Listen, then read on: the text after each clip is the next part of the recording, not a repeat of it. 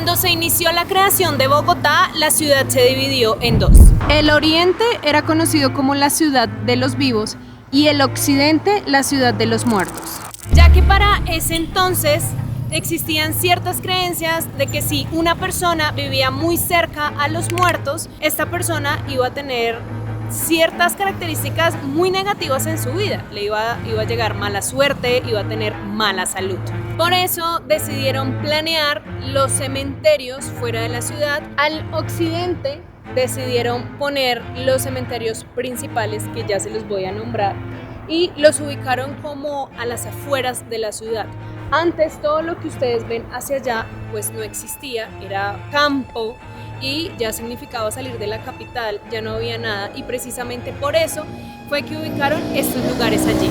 Hoy quiero que ustedes me acompañen a hacer un recorrido por esos cementerios raros que tal vez ustedes no han escuchado, que no saben que existen y que hoy se los voy a mostrar, pero lastimosamente a alguno de ellos no vamos a poder ingresar y eso también será como un llamado social. Pero lo más importante de esta historia es que ustedes conozcan su existencia, sepan en qué lugares están ubicados y sobre todo que quieran ir a visitarlos, bueno, los que se pueda entrar a visitar.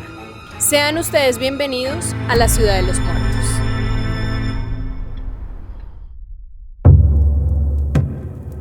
El cementerio está ubicado sobre la calle 26, justo al lado del cementerio central. Se fundó en 1912. Surgió en base a la necesidad de la comunidad alemana y de otras comunidades europeas para tener un lugar donde enterrar sus muertos. Para quienes no profesaban la religión católica, ya que en esa época la religión católica solamente permitía enterrar sus muertos personas que profesaran la misma religión. La comunidad alemana es una de las más antiguas de Colombia y se ve reflejado en la influencia hacia la industria cervecera, la aviación o compañías joyeras. Anton Kraus fue uno de los fundadores y llegó a Colombia en 1895, pero se erradicó primero en Barranquilla. Con el paso del tiempo llegó a Bogotá, donde se convirtió en un activo promotor de la comunidad alemana. Él fundó el Colegio Alemán y en 1912 el Cementerio Alemán. En el Cementerio Alemán reposan restos de cientos de personas importantes para la historia del país que tuvieron una especial relevancia en la actividad empresarial, artística y cultural de Colombia. Es necesario destacar también que los alemanes jugaron un papel muy importante en la defensa del territorio nacional durante el conflicto con Perú en 1932 y por ende la formación naciente de la aviación militar, la Fuerza Aeroespacial Colombiana, como se le conoce hoy en día. Si nosotros vemos estas tomas tan lindas desde el aire, vemos un tapete verde y al ingresar al lugar tú puedes observar lo bien conservado que está y te puedes maravillar adentro del cementerio. Les recomiendo que vengan y conozcan este lugar, se siente bastante paz. Si ustedes me preguntan qué sentí cuando ingresé, sentí paz y era como entrar a otro lugar diferente en la ciudad. Es como si una vez ingresas te aíslas automáticamente de la zona urbana de la capital. El cementerio fue creado con apoyo del ministro alemán. Le compraron el predio a un pastor presbiteriano, Milton Etzil, y hoy es la institución alemana más antigua de Bogotá. Pero también atrás de su creación, de llegar a este lugar y ubicarlo exactamente aquí, también está un personaje muy famoso en la industria cervecera de Colombia, Leo Kopp, el fundador de Bavaria, quien actualmente está sepultado en el cementerio central. Ya hemos visitado esa tumba cuando hablamos de los muertos milagrosos del cementerio central y actualmente tiene un monumento a donde las personas van a decirles sus peticiones al oído. A diferencia de otros cementerios, realmente por lo que podemos ver en las diferentes imágenes, hace un ambiente armonioso, invita a la serenidad, a la calma, a la reflexión, a pensar de una manera muy tranquila y me parece demasiado hermoso la armonía que se puede ver a través de las imágenes. En junio del 2024, este lugar fue reconocido como una entidad museal, una entidad de museo, donde busca resaltar, donde se busca hacer recorridos históricos para que las personas puedan venir a conocer. Ya en la página está actualizado, están los horarios.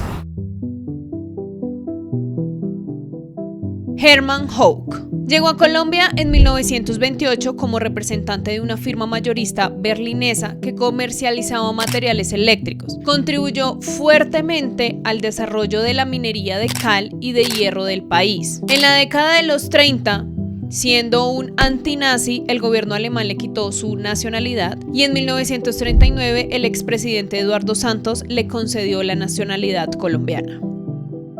Hans Burg llegó a Colombia en 1951 y se estableció en Bogotá. Era geólogo y filósofo. Llegó al país contratado por el gobierno para dirigir la sección de paleontología del Servicio Geológico Nacional del Ministerio de Minas y Petróleos desde su llegada. Se desempeñó como profesor de Ciencias Naturales en la Universidad Nacional y luego de numerosos estudios geológicos publicó en 1961 la historia de la geología de Colombia, y esto se convirtió en la obra precursora del estudio de la geología en nuestro país. Franz von Manner. En 1927, el gobierno de Colombia lo contrató para trabajar con Ferrocarriles Nacionales en la construcción del ferrocarril de Bolívar. Ya en el país, participó en construcciones como el Terminal Fluvial de Barranquilla, los puertos de Wilches y Barranca Bermeja y el aeropuerto El Dorado de Bogotá. También de su mano estuvieron construcciones como la Universidad de La Salle, los edificios de Colombiana de Seguros, la Caja Agraria, la fábrica Eternit, la cervecería Andina, la editorial El Globo en Bogotá y otras obras como la planta de soda en Cartagena y el puente Berrío sobre el río Magdalena. Alfonsas Mockus, padre del exalcalde Antanas Mockus. Nació en 1922 en un pequeño pueblo lituano a orillas del mar Báltico. La segunda invasión rusa lo llevó a refugiarse en Alemania, donde estudió arquitectura. Luego llegó a Bogotá junto con su esposa en octubre de 1950 por el programa de refugiados de la recién creada ONU. Mockus fue socio en las primeras organizaciones de ingenieros de Colombia y al momento de morir ocupaba el puesto de jefe de diseño distrital para ese entonces la mayor empresa de metal mecánicos de Colombia, donde realizó su obra más importante, la construcción de una planta de formaldehído en Jumbo Valle, planta pionera en Colombia y construida según el modelo de una moderna fábrica australiana. Monumento a los pilotos de Escata. Al final del camino, una pared con una frase que traduce: nadie puede mostrar un amor más grande que aquel que sacrifica su vida por sus amigos. Este monumento es en memoria de los pilotos que fallecieron en su empeño por establecer la que fue la primera aerolínea del país, Escata, Sociedad Colombo-Alemana de Transporte Aéreo. En el monumento también descansan los pilotos Hans y Harman, quienes murieron junto a Carlos Gardel en el accidente aéreo ocurrido el 24 de junio de 1935 en la ciudad de Medellín. Este reconocimiento resalta la riqueza cultural que tenemos en nuestro país, tantas religiones, tantas comunidades que están hoy en día en la ciudad y que nosotros siempre las olvidamos, pero estos puntos son una manera de mantenerlas vivas. Ahora nos trasladamos al cementerio Parque Serafín y este cementerio sí que le hace honor al título de este video. Es un cementerio realmente extraño y tengo que confesarlo, lo conocí porque no es nombrado, lo conocí por el video de Kevin Bolaños, fue el primero que llegó hasta acá y dije: ese cementerio tiene que estar en mi video de los cementerios raros que voy a grabar muy pronto. Y lo puse en la lista, quise llegar hasta acá, conocerlo. Personalmente ustedes saben que me gusta conocer estos lugares, pero por cultura, por historia, por saber cómo se maneja esto. La muerte pues hace parte de la vida y es algo que nosotros debemos también honrar y verle un sentido muy amoroso, y esa es la idea pues de los videos cuando uno visita estos campos santos. El cementerio está ubicado en la localidad de San Cristóbal y cuando uno pasa por la vía principal uno piensa que realmente es un colegio o una universidad, tiene estructura, de colegio, del estado de colegio distrital o de universidad distrital. ¿Por qué lo relaciono con eso? Porque generalmente las estructuras de los colegios o las universidades públicas pues son así, es como el diseño que el gobierno pone para las instituciones educativas. Este cementerio también es distrital, por eso pienso que también tiene parte de esta estructura. Por ejemplo, uno va caminando y en los muritos que dan al parqueadero o dan al primer piso, pues se convierten en osarios y parece parte de la decoración del lugar, como cuadros, como placas. Es algo bonito, es algo curioso que le da como armonía al espacio. El tema de los corredores así también no es tan común verlo en un cementerio.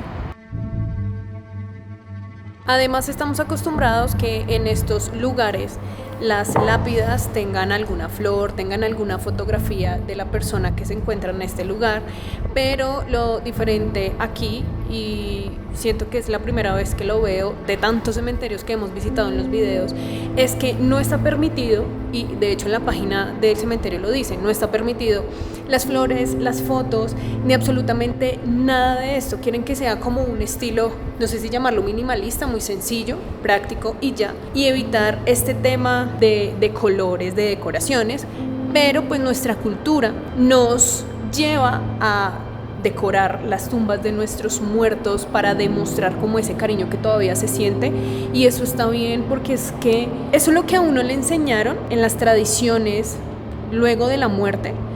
Y las personas obviamente no pueden dejar de hacer esto. Las personas buscan de una u otra manera ser sutiles, pero poner el detalle, poner su amor impreso en las lápidas de sus familiares, me parece un detalle muy bonito, y yo pienso que de pronto en algún momento deberían poner ciertos lineamientos para la decoración de las lápidas, porque es imposible negarle a la gente esta demostración. En este sector todavía hay bastantes espacios disponibles, estas lápidas que uno ve como que se pueden quitar fácilmente, no sé si se aprecia bien en la cámara, uno ve que la tapa se puede quitar fácil, están ahí, y hay otros que es algo curioso que dicen por favor acercarse a la administración, a la administración, a la administración. Estos espacios tienen algo curioso, y es que en el cementerio no se pone la fecha de nacimiento y la fecha de muerte como nosotros lo vemos habitualmente.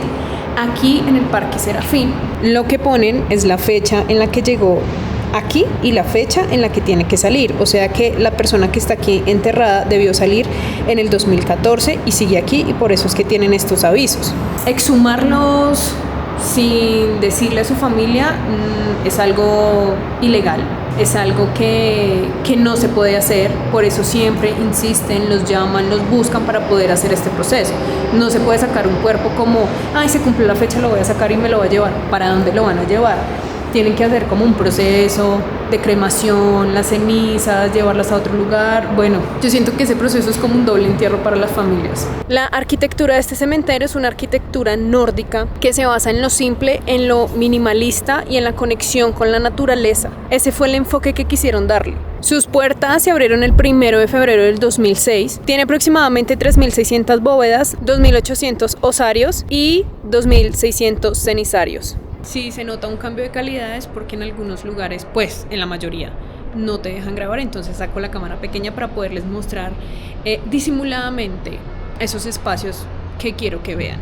Aquí en el cementerio, al fondo de los corredores, se ven estos arbolitos. Esos arbolitos son los de los cenizarios también. La nueva forma de entierro, que las cenizas las siembran en arbolitos. O sea, abren un huequito, ponen la ceniza y plantan un árbol, que también es una alternativa muy linda para el medio ambiente y de manera significativa, de alguna manera, para nuestros seres queridos. Esta manera de entierro me gusta mucho, sembrar arbolitos.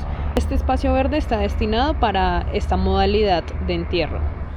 Yo quiero saber ustedes qué opinan de este cementerio. Lindo, diferente, extraño, con todos los servicios. Hay una parte donde están las salas de velación que no están habilitadas, pero también parece todo menos salas de velación. Allá está la chimenea donde creman los cuerpos y se ve en constante mantenimiento. He visto muchos trabajadores haciéndole mantenimiento a los corredores, a los techos, a los pisos, a las escaleras, a todo lado. Veo que está todo el mundo en movimiento haciendo este tipo de mantenimiento, y eso me parece balance muy positivo del lugar.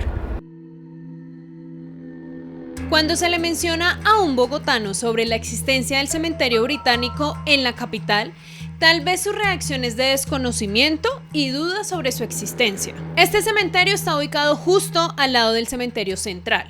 El lugar surgió como reconocimiento a la Legión Británica, que era un grupo de aproximadamente 5.000 soldados voluntarios que había enviado el Reino Unido para apoyar la independencia de Colombia. Este ejército luchó junto a Simón Bolívar en las batallas más importantes, como por ejemplo la batalla de Boyacá, que tuvo lugar el 7 de agosto de 1819. Mediante el decreto del 23 de mayo de 1895, que fue firmado por el general Francisco de Paula Santander, se decretó entregar un lote al gobierno de la Gran Bretaña para que pudieran sepultar a sus ciudadanos. Esto era un reconocimiento a los esfuerzos y a la colaboración que se obtuvo de la Legión Británica en la lucha libertadora. Inicialmente se entregó un lote en Zipaquirá en 1825.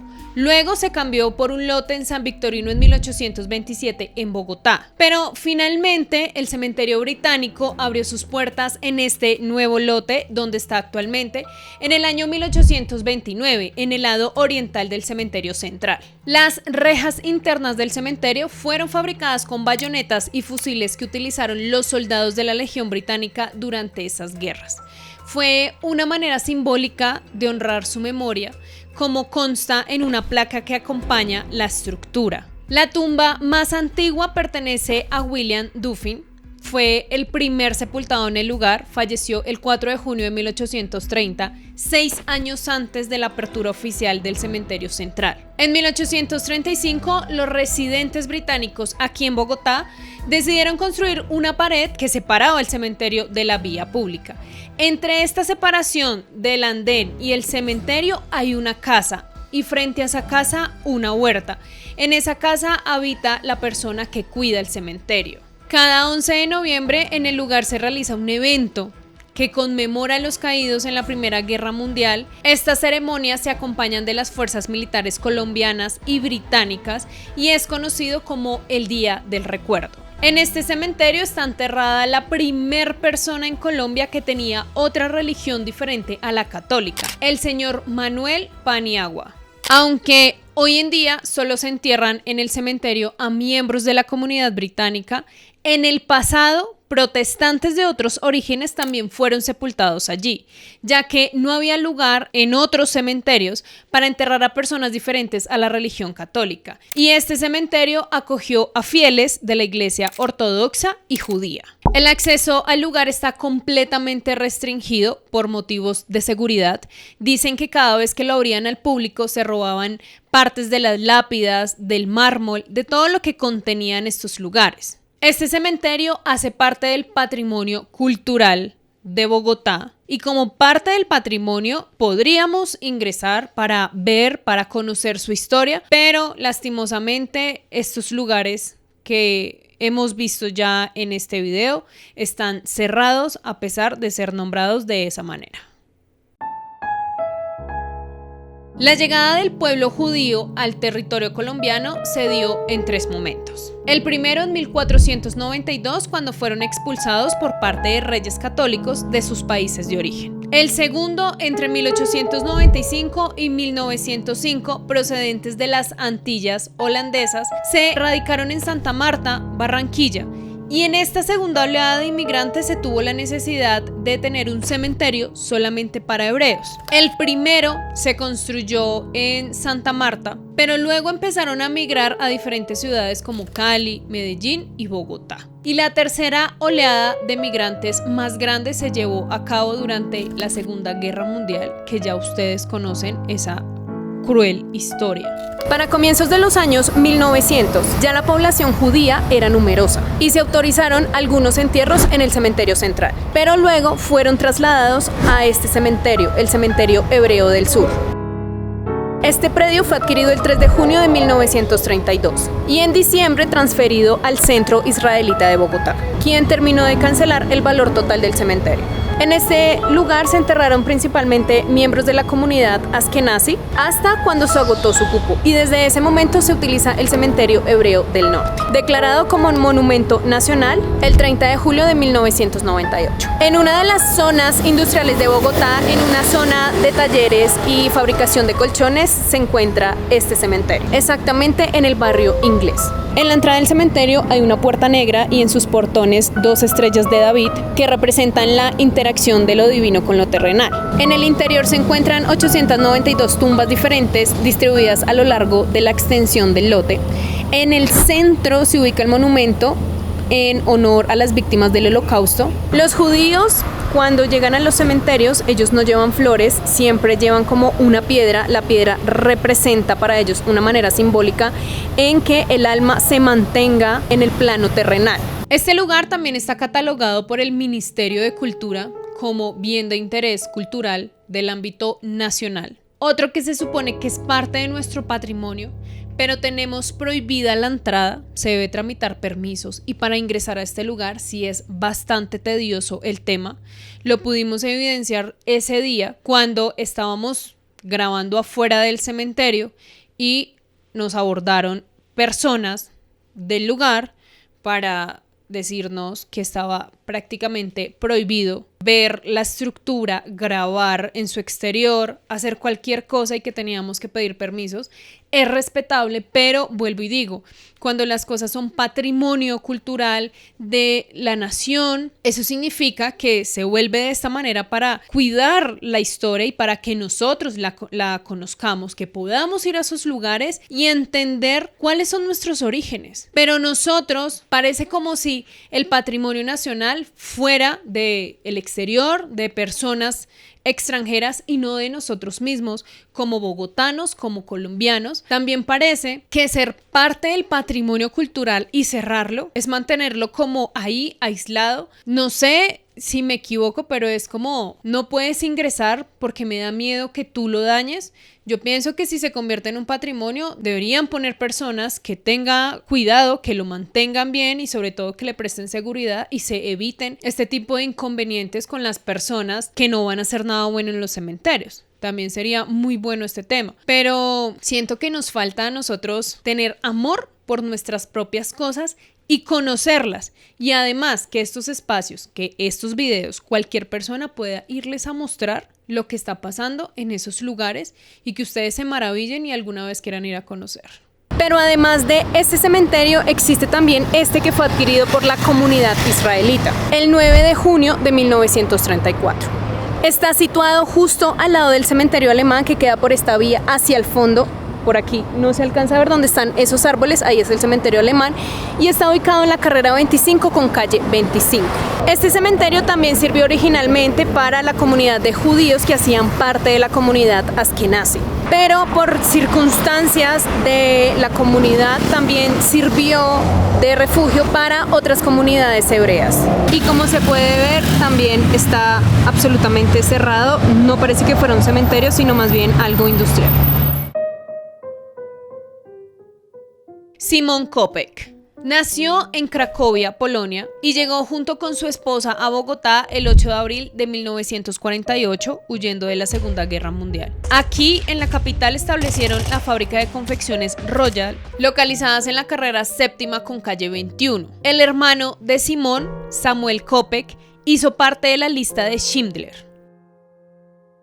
Jack Glotman. Reconocido en el país por la creación de la casa J. Glotman, uno de los más prestigiosos almacenes de Colombia, que introdujo al país la radio, la televisión, neveras, lavadora, productos para la refrigeración comercial, entre otros. La casa J. Glotman fue la encargada de la instalación de más del 90% de las salas de cine a nivel nacional. De este personaje ya les hablé en un video, se los voy a dejar por aquí arriba. Salomón Gott.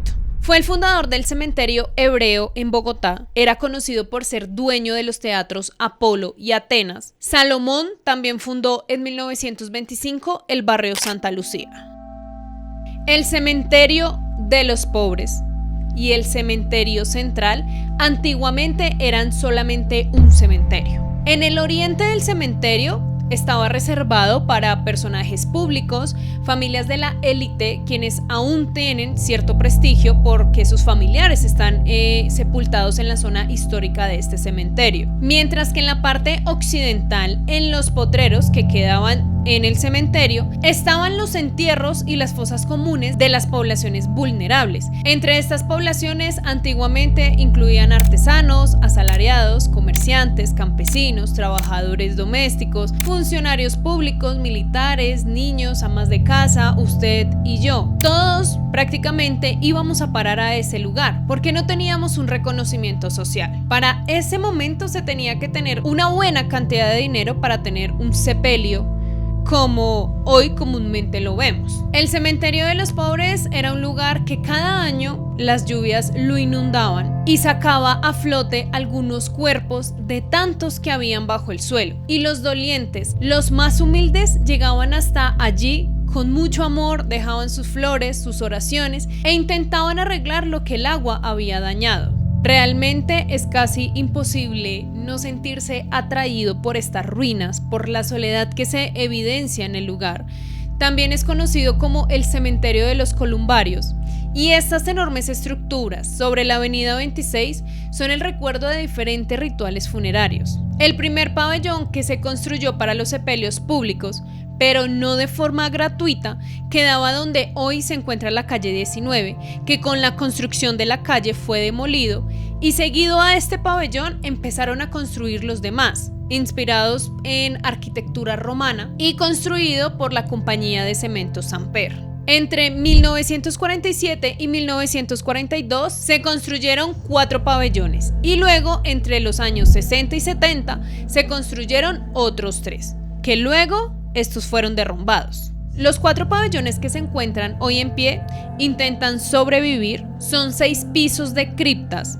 Se alcanzaron a construir 18.000 bóvedas, 15.000 de estas eran para adultos y 3.000 de estas para los niños. Los niños quedaban en la parte inferior de estas criptas. Todas estas prestaban un servicio en condición de arriendo por un periodo de 7 años. Cada uno de los pabellones era conocido como Galería de los Santos, pero inicialmente cada galería de oriente a occidente se llamaba de la siguiente manera: Galería San Jacobo, Galería San Javier, Galería San Jerónimo, Galería San Juan, Galería San Joaquín y Galería San Jorge. Pero luego fueron nombradas todas como Galería de los Santos.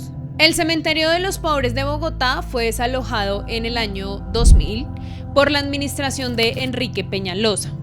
Desde el 2008 hasta el 2012 se construyó el Centro de Memoria de Paz y Reconciliación en la parte del cementerio donde enterraban a los NN. Esta zona fue intervenida por retroexcavadoras y en esta actividad desaparecieron muchas historias, restos que quedarán en la memoria de sus familiares y por supuesto de nosotros también. El cementerio se acabó con un cambio en la reglamentación del uso del suelo del sector. Se proyectó hacer un parque recreativo en ese cementerio, lo que obligó a desalojar masivamente los cuerpos y los familiares a mirar a dónde trasladaban los restos de su familia. Aproximadamente en 1865, este lugar se usó para enterrar los cuerpos de las personas que no tenían los medios económicos para pagar un sepelio, porque en ese tiempo los muertos se llevaban a las iglesias. Luego cambió la normativa y se empezó a construir los cementerios, pero ya a un costo bastante alto. Podríamos decir que el cementerio de los pobres y también el cementerio de los NN fue el primer lugar donde se hizo apertura en el suelo para iniciar los entierros. Hoy en día ya no hay cuerpos ni tumbas para visitar, solamente el recuerdo de lo que alguna vez existió. Y para no olvidarnos de su historia, en el lugar pusieron estas piedras que les estoy mostrando. Cada una es como si fuera la representación de una persona que estuvo allí sepultada. Y son miles de piedras que ustedes pueden apreciar si van hasta ese lugar. Si ustedes también se preguntan qué son esas figuras que están en cada espacio, se trata de la obra Auras Anónimas del artista Beatriz González. Se elaboró en el 2009, intervino 8.957 lápidas con imágenes de cargueros basadas en fotografías encontradas de esa época, y esta obra quiere visibilizar las historias para reconstruir un pasado. Pero ante esa obra, muchas personas decidieron llegar hasta aquí para intentar reescribir el nombre de sus familiares y no dejarlos perder. En algunas tumbas se ve que han borrado parte de lo que se hizo para poder reescribir el nombre de su familia. Hoy en día se puede ingresar, pero a ciertas áreas permitidas. Este cementerio también hace parte del patrimonio cultural de la ciudad, pero para poder mostrarles libremente todo lo que hay allí, también hay que pedir muchos permisos para poderles contar la historia desde ese lugar.